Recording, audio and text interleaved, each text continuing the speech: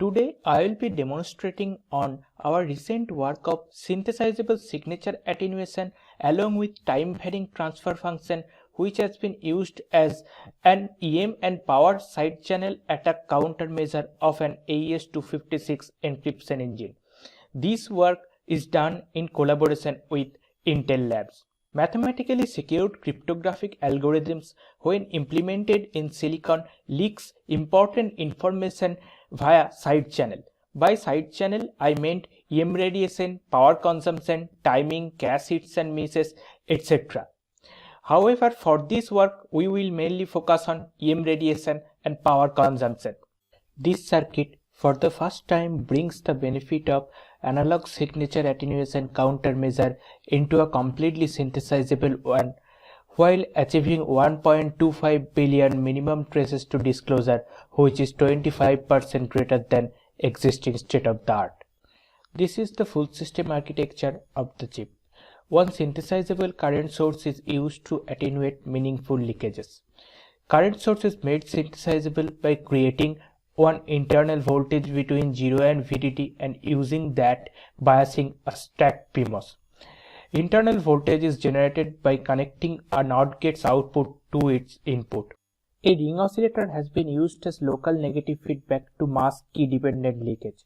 Also, by randomly enabling the ring oscillator, we can inject noise to VAS node. By this way, we can improve the security. VAS node voltage can be estimated by counting oscillation of ring oscillator. After that, a digital switch mode control decides to turn on or off current source slices if required. A switched cap based time varying transfer function has been implemented for extra security.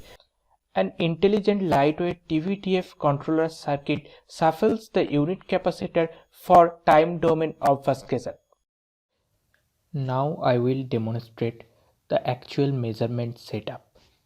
Here is the wire bonded die. 1 ohm resistors are connected to measure power traces. Trace is collected by a 5 GSPS oscilloscope. This oscilloscope has 10-bit ADC inbuilt.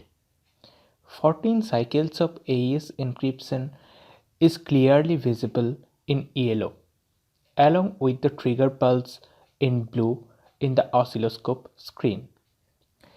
This trigger pulse is indication of end of one AES encryption.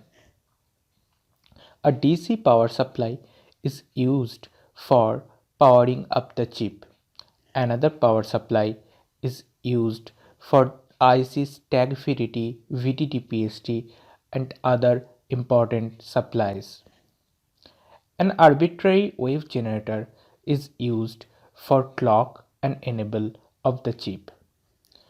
Plain texts have been sent to chip via scan chain by this DAC card. Traces are collected from oscilloscope to a PC using VISA protocol. Note that our point of attack is last cycle of AES. Hence, we will be mainly focusing on collecting traces of last 3 cycles. Finally, we dynamically calculate correlation coefficient. Oscilloscope capture is happening right now and correlational power attack is going on. Correct key is coming out for unprotected. Similar attack setup is used for correlational EM attack. A 10 mm H probe is used for the attack. This is amplified by a low noise amplifier to capture by oscilloscope based setup and a dynamic correlational coefficient calculation. Now you can see oscilloscope capture is happening for the protected one. This is the case for DSAC TVTF AES. Note that using CPA and CA, unprotected AES can be broken within 7K and 9K traces respectively, while using the final solution of this work namely DSAC TVTF AES. Correct key does not come out until 1.25 billion traces, which is 25% better than existing state of the arts.